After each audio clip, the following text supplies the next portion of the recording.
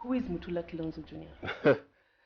Well, that's not an easy question, particularly now that you're asking me to describe myself. A simple, hard-working Kenyan lawyer, an advocate of the High Court of Kenya, Supreme Court for the last 19 years.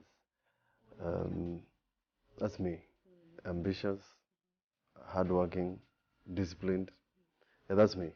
You started right here at Kilonzo Advocates Yes. as an associate and then climbed up to the level that you are at right now. And most people believe that since you've been working with family and for family, then it's been quite of a straight path for you, and you didn't have to work as hard as those who are starting off working in let's say farms that are not family owned. So, and oftentimes I've heard that you said that in fact the contrary is true for you, and you've actually had to work your way up. Yes. So please tell us more about that. Yes, it's an impression, a very bad impression created that there was a silver spoon offered to me. To the contrary, I started working at Kilonzo & Company Advocates when I was, I think, 19, and I was employed as a messenger. I used to deliver letters to all the buildings in the city. There's no corner of the Nairobi city that I do not know, or alley. And I was then promoted to a clerk. My work was to file documents in court. That time the registries were not as organized as they are now. So now they are a little more organized. And then graduated into an intern, librarian, associate. But I started from the absolute bottom. The bottom. There are people who have come to this firm and have started at a higher position than I did. Yeah, so it's not true. My father would not have had it any other way. And therefore, he trained me using those parameters so that I'm able to learn at every step of the way how a law firm functions. Yes. So it has not been an easy climb. I've earned my way to the top because I've served in all those categories to get there. Particularly because the training was not to just come and find a nicely furnished house, if I may use that as an example. But the point was that you must be able to improve the practice that had already been set up. So the current location we are at, I have, together with my partner Kathy Kilonzo, organized this office, a movement from the city center to here, in order for the office then to be at the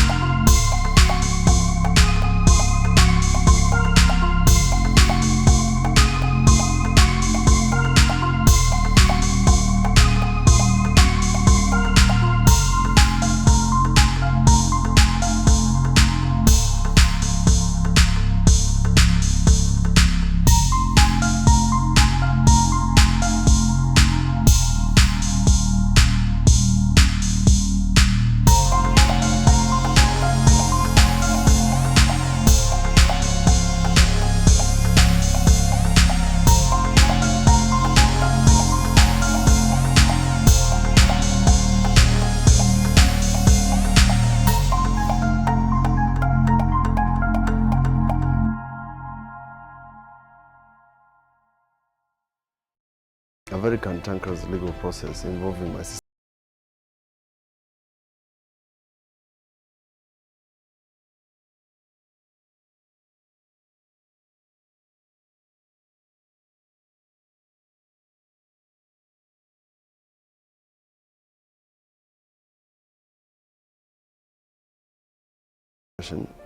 I keep my professional ethics and standards and ethos that I've learned, and at the same time offer the leadership that the people who have given me so many votes expect me to deliver for them. So it's quite a balance. Every day is a day that is challenging.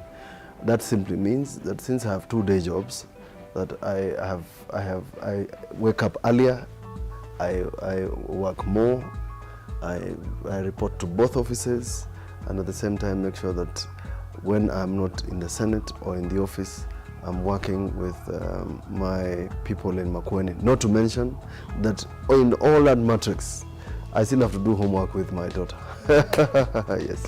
Yes, speaking of family, you are definitely a family man. And one thing I've noticed from my interactions with various advocates, especially young advocates, is that they're so scared of starting their own families so early in their profession because they believe that family kills your career. And this question is often just asked to women, but I think even men play a great role in family and being able to balance family and work. And I think the young advocates and even other advocates can learn a lot from how do you balance then between family and 2 day jobs. I mean, I'm not sure where that statement comes from, because I believe that in order to be able to balance the pressure that comes with the role of an advocate, leave the politician, the valves that opens out that pressure is family. The beauty of having a child who sees you and is happy. People are so innocent that they are not demanding anything from you other than time. I didn't start that early. The opportunity, I would have started that early, but I was busy chasing my legal career. But I think it's not much more the fear of beginning a family. I think it's the expenses that come with running the family, because you're not going to run a family and then they sleep hungry and your profession. So a lot of people actually want to settle down and be able to offer the basic needs of a family. And we know advocates. Advocates just want to live like advocates would. They want to dress well, drive a nice car, live in a nice place, and obviously take their children to good schools. So that's part of it. A lot of it is financial, not exactly settling. If they had the money, the minute they were admitted into the bar, they would get married immediately. Yeah. Very true. Thank you, Senator, for that. And then let me just delve a bit into practice. You mostly deal with civil litigation, right? Yes, and criminal. And criminal litigation. Yes. So then you understand the running around that goes around in Milimani. Yes. That's Milimani. Oh, yes. Yes. Yeah. So, and even having served as a clerk for Kilonzo and company advocates, Yes. you understand that. And so probably I think a lot of advocates would like to know, as a civil litigator and as a criminal litigator, what is the sole lesson that you'd like to tell someone who's practicing in this field in order for them to succeed in these particular 2 fields? There's no shortcut in this business. And that is why it's not called perfect, it's called practice. Every day we practice. If you meet senior counsel John Haminwa, Feroz Naruji, they're still practicing. Even though they have been on the bar for more than 40 years, they're still practicing. It never becomes perfect. You learn new things every day. The impression that simply because I'm a senator or my colleagues are senators does not necessarily mean you get your way around the court.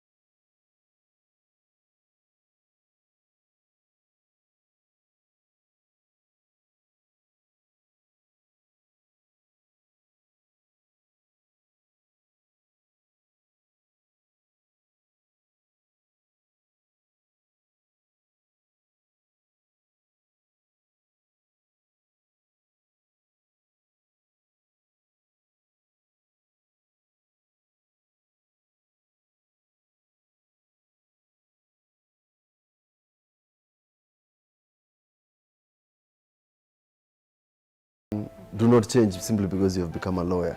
But let me tell you, the most interesting thing about my work is that I have found my training as a lawyer an additional advantage in my work as a lawmaker. When I began my foray in politics, one very senior senator told me, you know, Mutula, you have to change the way you think. I asked him why. He said, when you come here, you're not in the High Court.